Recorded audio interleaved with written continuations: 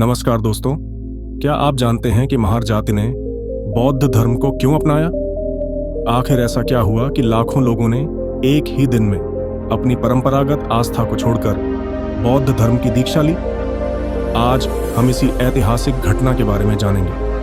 Video को अंत तक जरूर देखें और अगर आपको हमारा प्रयास पसंद आए तो लाइक करें और चैनल को सब्सक्राइब करें। तो चलिए शुरू करते हैं। महार जाति का बौद्ध धर्म अपनाने की कहानी भारत के सामाजिक और धार्मिक इतिहास का एक महत्वपूर्ण अध्याय है। ये परिवर्तन विशेष रूप से भीमराव अंबेडकर मौस के नेतृत्व में हुआ, जिन्होंने 14 अक्टूबर 1956 को अपने लाखों अनुयायियों के साथ बौद्ध धर्म की दीक्षा ली थी। महार जाति और सामाजिक स्थिति। महार जाति महाराष्ट्र में एक प्रमुख दलित समुदाय थी, जिसे पारंपरिक रूप से शूद्र से भी नीचे अस्पृश्य माना जाता था। वे सामाजिक भेदभाव और ऊंच नीच की प्रथा के शिकार थे, जिससे वे बराबरी और सम्मान की खोज में थे। बुद्ध के विचारों की ओर आकर्षण।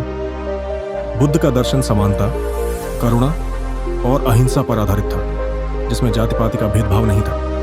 अंबेडकर ने बौद्ध धर्म को समानता और स्वतंत्रता का धर्म बताया, जो दलितों को सामाजिक सम्मान और आत्मसम्मान दे सकता था। अंबेडकर की भूमिका। अंबेडकर ने अपने जीवन में कई बार कहा कि मैं हिंदू के रूप में जन्मा, लेकिन हिंदू के रूप में मरूंगा नहीं। उन्होंने वर्षों तक अध्ययन किया और निष्कर्ष निकाला कि बौद्ध धर्म ही वह मार्ग है जो दलितों को समानता और आत्मसम्मान दे सकता है। 14 अक्टूबर 1956 को नागपुर में उन्होंने अपने अनुयायियों के साथ बौद्ध धर्म स्वीकार किया और उन्हें 22 प्रतिज्ञाएं दिलवाईं, जिनमें जातिवाद और हिंदू देवी देवताओं की पूजा का त्याग शामिल था।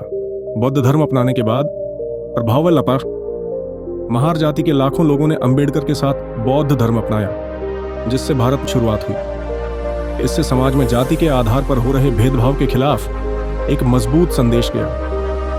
आज भी लाखों महार जाति के लोग बौद्ध धर्म को मानते हैं और अंबेडकर के बताए मार्ग पर चलते हैं।